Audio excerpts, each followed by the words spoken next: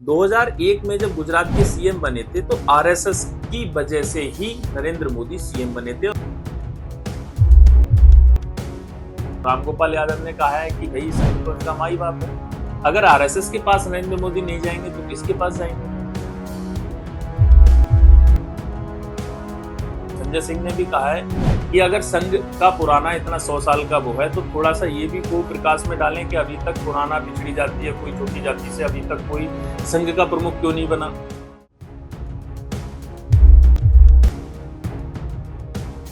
संघ और बीजेपी अलग नहीं है, ये मैसेज इसमें साफ संदेश देखने को मिल रहा है।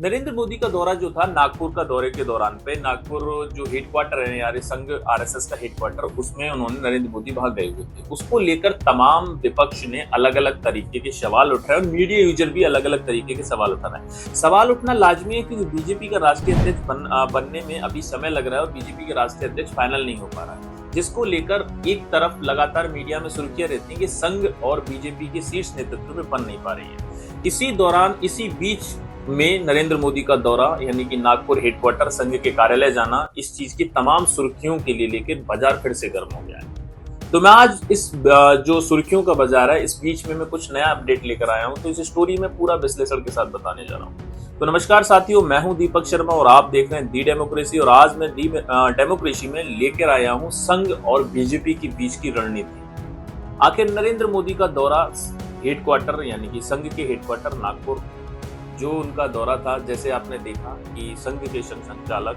जो सबसे बड़े प्रमुख हैं यानी कि संघ प्रमुख मोहन भागवत के साथ उनकी मीटिंग, उस मीटिंग के दौरान पे आप देखेंगे महाराष्ट्र के जो मुख्यमंत्री हैं यानी कि देवेंद्र फडणवीस भी मौजूद हैं और केंद्रीय एनएचएआई मिनिस्टर यानी कि जो नेशनल हाईवे के मिनिस्टर है नितिन गडकरी भी वहाँ मौजूद है, क्योंकि नागपुर के ही रहने वाले हैं, नागपुर से ही उनका नाता है गडकरी का, तो वो भी वहाँ मौजूद है। और एक संत हैं जिनका नाम है अब्देशाना, वो भी वहां मौजूद है। आखिर इस दौरे के दौरान नरेंद्र मोदी लगातार यानी कि देखा जाए तो नरेंद्र मोदी और संघ का रिश्ता बहुत पुराना है। 1972 से ही नरेंद्र मोदी संघ से जुड़े हुए हैं, संघ से ही शुरुआत हुई थी नरेंद्र मोदी की। तो लोग कुछ लगातार संघ और आरएसएस और नरेंद्र मोदी के बीच रिश्तों को लेकर सवाल उठाते हैं, तो मैं आज उन सवाल के जवाब में कुछ लेकर आया हूं। तो थोड़ा सा मैं विस्तार में आपको बता रहा हूँ कि नरेंद्र मोदी की जो शुरुआत है वो संघ से ही हुई थी। 1972 में ही नरेंद्र मोदी ने शुरुआत करी थी। उस दौरान पे नरेंद्र मोदी की जब शुरुआत हुई थी तो जो नरेंद्र मोदी यानी कि दशकों से पुराना उनका रिश्ता है, ये सफर 1972 से शुरू हुआ था। 1972 में नरेंद्र मोदी आरएसएस में शामिल हुए थे और प्रचारक बने थे। फिर भी आरएसएस के जरिए बीजेपी में एंट्री हुई थी। गुजरात में संगठन की जिम्मेदारी भी मिली थी। 2001 में जब गुजरात के सीएम बने थे तो आरएसएस की वजह से ही नरेंद्र मोदी सीएम बने थे और आरएसएस का ही मजबूत समर्थन था। अब लोग तरह तरह के सवाल भी उठा रहे हैं कि नागपुर दौरे को लेकर कई माने निकाले जा रहे हैं। पीएम मोदी जब नागपुर पहुंचे तो सियासत का जो बाजार था वो गर्म हो गया। इसके कई माने निकाले गए, जैसे कि क्या संघ और बीजेपी के बीच समन्वय बढ़ नहीं रहा है, रणनीति नहीं बन रही है, तो क्या 2029 में पीएम मोदी की भूमिका पर संघ जो है मोहर लगाएगी या नहीं लगाएगी। इसको लेकर तमाम अलग अलग तरीके की संघ लगा रहा है। अब विपक्ष ने भी इस पे निशाना साधना चालू कर दिया है, जैसे कि रामगोपाल यादव ने कहा है कि भाई संघ तो उनका माई बाप है।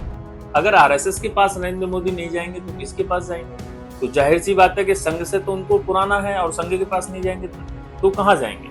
उधर संजय राउत ने भी कहा है कि अगर इनका रिश्ता जो है आपस में, जो नरेंद्र मोदी यानी कि जो आरएसएस मान नहीं रहा है, वो अपना बात मनवाने के लिए संघ के हेडक्वार्टर आए कि राष्ट्रीय अध्यक्ष उनकी पसंद से तय हो जाए।